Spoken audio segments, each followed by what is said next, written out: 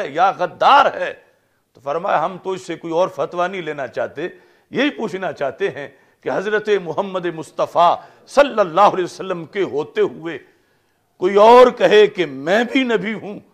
تو کم از کم اسے اتنا تو کہہ دو جتنا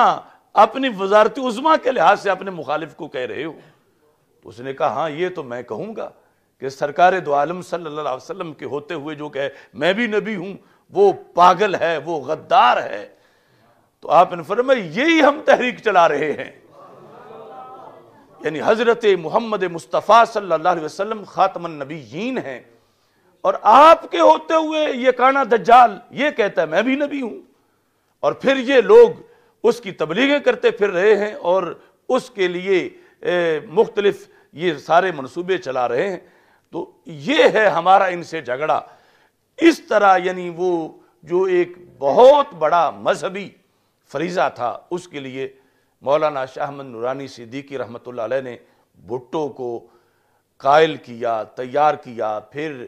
اٹارنی جنرل کو تیاری کروائی، پھر اسمبلی کے اندر اسمبلی کے باہر یعنی پورے ملک میں دورے کیے، اور اس طرح کر کے وہ تاریخی کام اللہ تعالیٰ نے ان سے کروایا کہ جس دن سے وہ ہوا اس دن سے آج تک یورپی یونین کا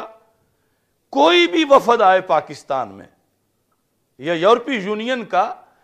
جب بھی کوئی اجلاس ہو پاکستان کے حوالے سے تو اس میں یہ بات سر فہرست ہوتی ہے کہ یہ جو قادیانیوں کو غیر مسلم اقلیت قرار دلوایا گیا ہے پاکستان کی اسمبلی سے کسی طرح اس کو واپس کروایا جائے۔ یعنی وہ آگ لگائی باطل کے خرمن کو مولانا شاہ نورانی صدیقی رحمۃ اللہ علیہ نے کہ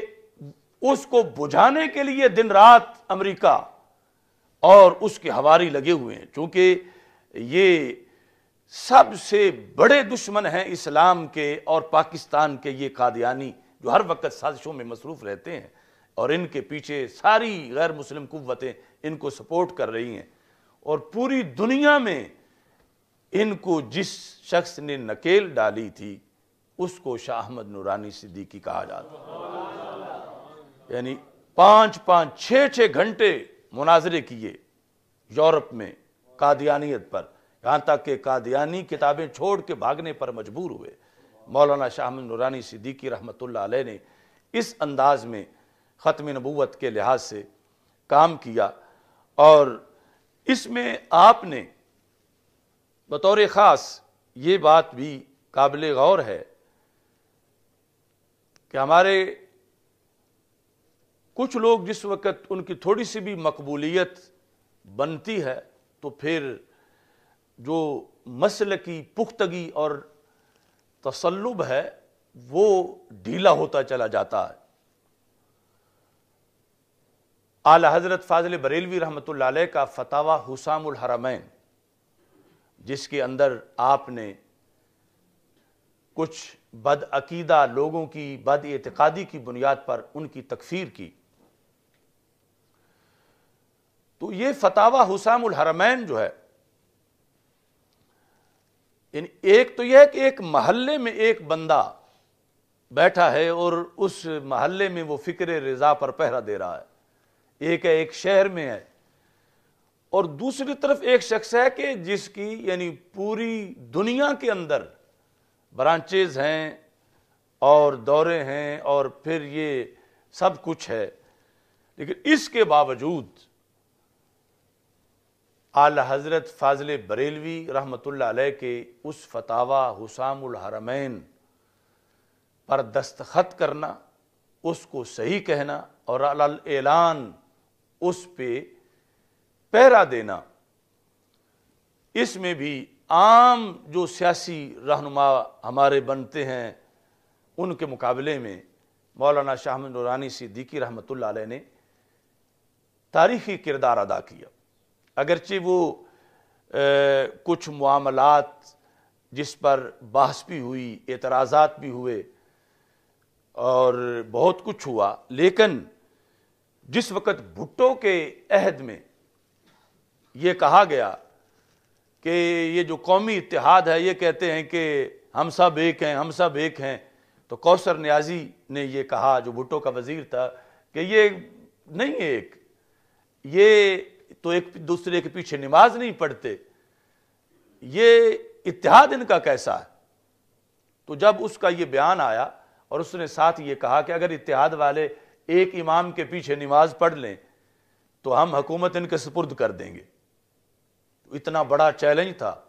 تو بھٹو ناراض ہوا کوثر نیازی کو کہ یہ تم نے کیا بیان داغ دیا ہے، یہ مولوی تو سارے کھڑے ہو جائیں گے، ایک دوسرے کے پیچھے پڑھ لیں گے، تو کیا ہم حکومت ان کو دے دیں؟ تو اگلا جو جلسہ تھا اس میں اتحاد کے جلسے میں نورانی صاحب رحمۃ اللہ علیہ کی قیادت میں مفتی محمود وغیرہ سب کھڑے ہو گئے اور کہا کہ آپ حکومت ہمارے حوالے کرو، ایک کے پیچھے سب نے پڑھ لی ہے۔ تو کوثر نیازی کی جو کتاب ہے اور لائن کٹ گئی، اس میں اس نے یہ لکھا کہ جس وقت اتحاد والوں نے مطالبہ کیا تو میں نے جواب میں کہا کہ یہ مطلب نہیں کہ نورانی کے پیچھے سارے پڑھیں، یہ مطلب ہے کہ مفتی محمود کے پیچھے جس کو اتحاد کا سربراہ بنایا ہوا ہے اس کے پیچھے سارے پڑھیں۔ اور اس نے بھٹو کو کہا کہ نورانی کا سر کٹ تو سکتا ہے، یہ مفتی محمود کے پیچھے نماز نہیں پڑھ سکتا۔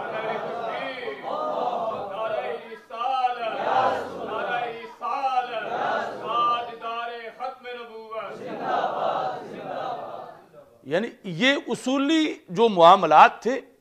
چونکہ وہ اعلی حضرت کے خلیفے کے بیٹے تھے، شاہ عبد العلیم صدیقی میرٹھی رحمۃ اللہ علیہ کے فرزند تھے، تو ان ساری چیزوں پر بھی اللہ کے فضل سے یعنی کافی حد تک کاربند رہے۔ اور جامعہ نعیمیہ میں ایک ناشتے پر اکٹھے تھے، یہ بالکل آخری عہد میں شرف قادری صاحب رحمۃ اللہ علیہ، ڈاکٹر سرفراز نعیمی صاحب، نورانی صاحب رحمۃ اللہ علیہ کو ناشتے پہ بلایا گیا تھا، میں بھی بیٹھا تھا اور بھی، تو اس میں آپ نے یعنی یہی بات چھیڑی گئی، تو آپ نے واضح طور پر حسام الحرمین کے لحاظ سے کہا کہ جو کچھ اعلیٰ حضرت فاضل بریلوی رحمۃ اللہ علیہ نے لکھا ہے برحق لکھا ہے، اور اس پر میرا ایمان ہے، اور اسی کی وجہ سے ہم نے کبھی ایسے لوگوں کی اقتداء نہیں کی، بلکہ جب اسمبلی میں قادیانیت کے خلاف بحث چل رہی تھی تو وہی قاسم نانوتوی کی عبارت پیش کی گئی قادیانی مناظر کی طرف سے اسمبلی کے اندر کہ جس بنیاد پر تم مرزا کے خلاف ہو وہ تو اس تحذیر الناس میں بھی ہے۔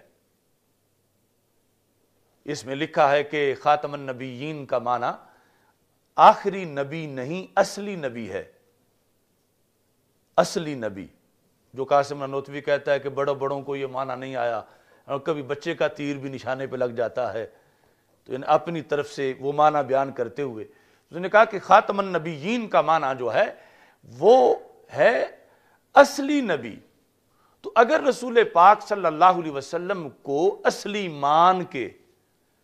کوئی کہے میں ان کا سایہ ہوں، نبی میں بھی ہوں معاذ اللہ، اصلی وہ ہیں میں ان کے تابع ہوں، تو اس نے کہا خاتمیت محمدی میں کوئی فرق نہیں پڑے گا معاذ اللہ۔ تو قادیانی نے کہا کہ مرزا کے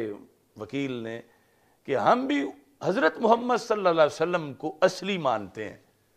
اور مرزے کو ہم انہی کی تجلی مانتے ہیں، انہی کا سایہ مانتے ہیں، اور اس طرح ماننے سے تو یہ تمہاری کتاب میں لکھا ہوا ہے کہ اس طرح ماننے سے خاتمیت میں کوئی فرق نہیں پڑتا، سرکار پھر بھی خاتم النبیین رہیں گے، اور معاذ اللہ مرزے کی بھی گنجائش بن گئی۔ یہ جب اس نے دلیل دی تو مولانا شاہ احمد نورانی صدیقی رحمۃ اللہ علیہ نے کہا یہ جس کی کتاب تم پیش کر رہے ہو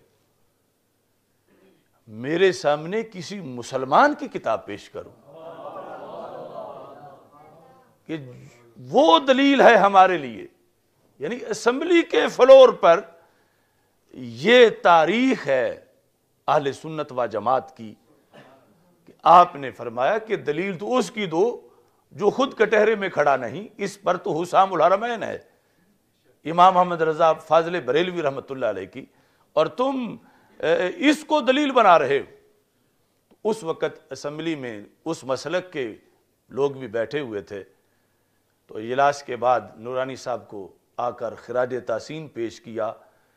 کہ آج اس جملے کے بغیر جو آپ نے ہمارے بڑے کے بارے میں بولا، اس کے بغیر کوئی جواب تھا ہی نہیں، اور ہم بول کیسے سکتے تھے؟ تو یہ آپ کا ہی کام تھا کہ آپ نے اسمبلی کے فلور پر قادیانیت کے تابوت میں